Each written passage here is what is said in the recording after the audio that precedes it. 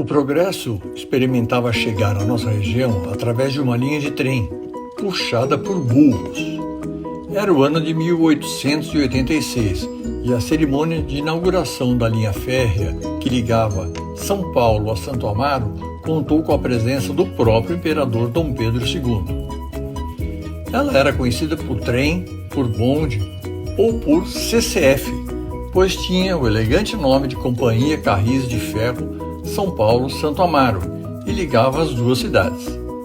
Sim, pois Santo Amaro era uma cidade muito grande em extensão e à época incorporava áreas que depois tornaram-se cidades como Itapecerica da Serra, Embu, Embu-Guaçu, Taboão da Serra, São Lourenço da Serra e Juquitiba.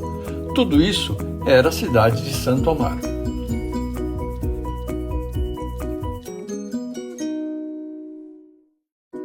Santo Amaro era autônoma, vizinha de São Paulo, até o ano de 1935, quando foi extinta e incorporada à capital paulista. Quem já viu a série de filmes da TV Brooklyn sobre o aeroporto de Congonhas, sabe por que Santo Amaro deixou de ser uma cidade e acabou sendo anexada à cidade de São Paulo. O que hoje chamamos de Brooklyn era o chamado quinto desvio, um tipo de parada obrigatória na linha do bonde, importante para o descanso dos animais e um grande impulsionador para o desenvolvimento da época. A antiga fazenda Casa Grande, de propriedade do empresário alemão Júlio Clowning, começou a ser loteada e, pela sua geografia e localização, meio do caminho entre as duas cidades que cresciam rapidamente e a proximidade com o rio Tietê, também acabou por atrair estrangeiros que admiraram a região, especialmente alemães, russos, ucranianos, portugueses, espanhóis e escandinavos. A sede da fazenda ficava no que é hoje na Brito Peixoto com a rua Godoy Colasso. É nesse começo do século XX que surge o empreendedor Álvaro Rodrigues.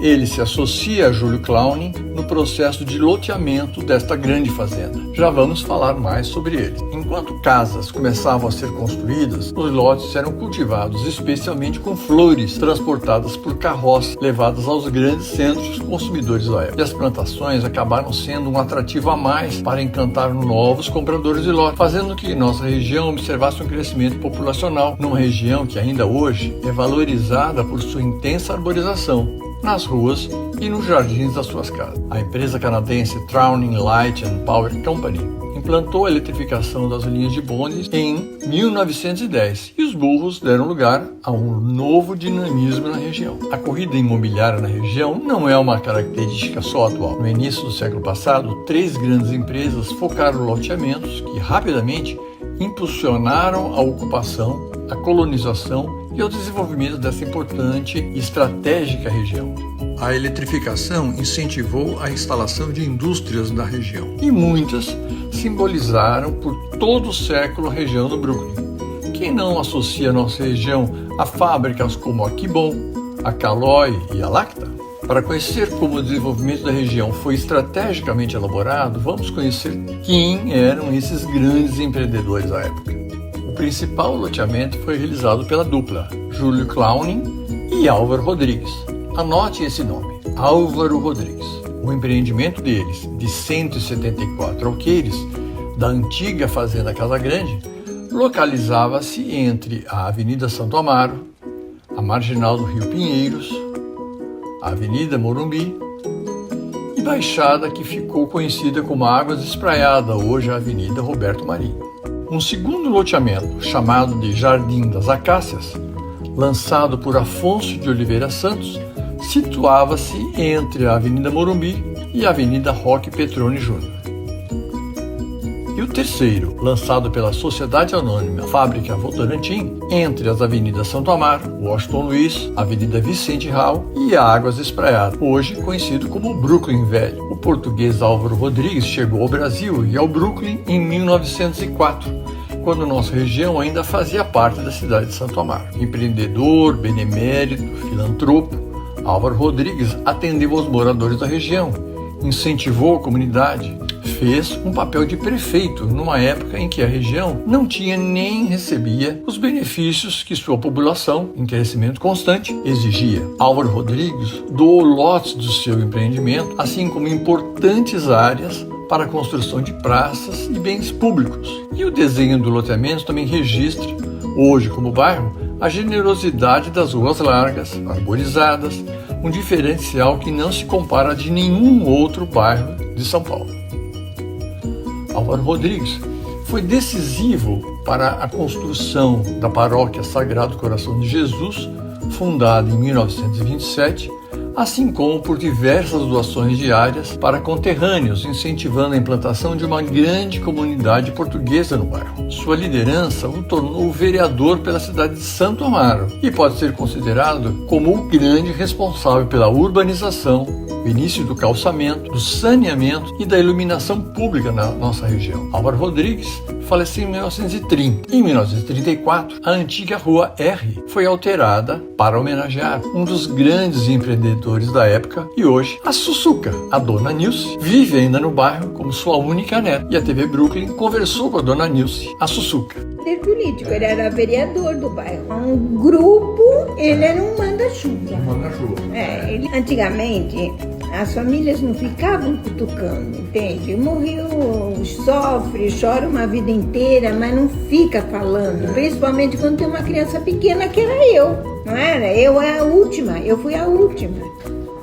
Então era aquele negócio, né? Todo mundo ficava zum, mas eu não participava. Eu queria brincar.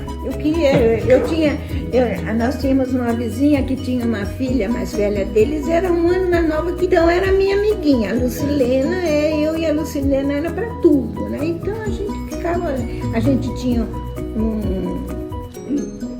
tinha na casa, no quintal delas, tinha um quartinho de madeira que o marido dela, não sei, comprou, sei lá o que é aquilo.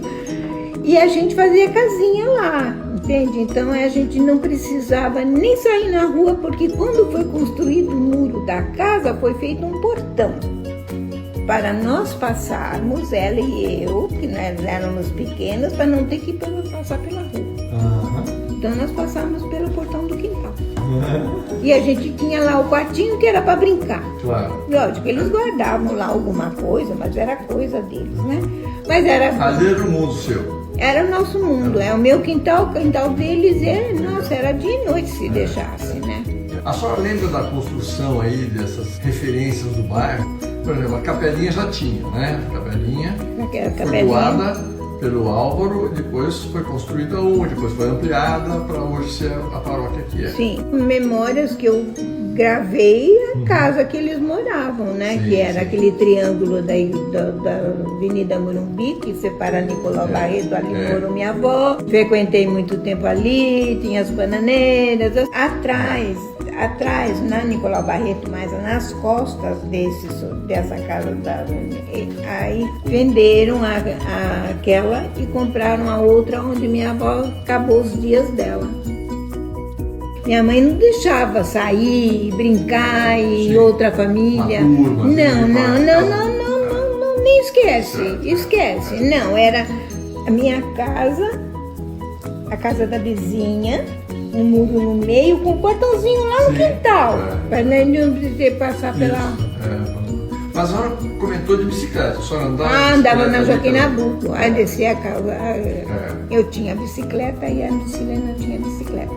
A gente subia a Joaquim até a esquina da como é que chama? Não, que vereadora, de cá.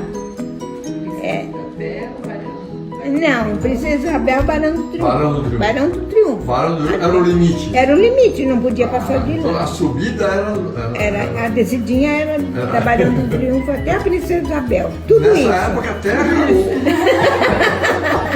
Tudo isso. É terra ou paralelepípedo? Era calçada. Já era calçada. Tinha calçada. Ainda tinha pavimento na rua, tudo. Mas era Joaquim Nabuco, era a principal do bairro. Sim.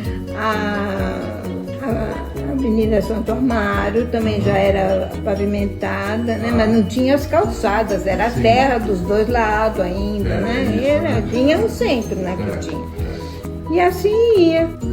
Não tinha grandes coisas, mas depois começou a vir mais evoluir, aumentar, e faz isso, faz aquilo. Meu pai tinha mania de fotografia, mas era no quintal, família, tudo.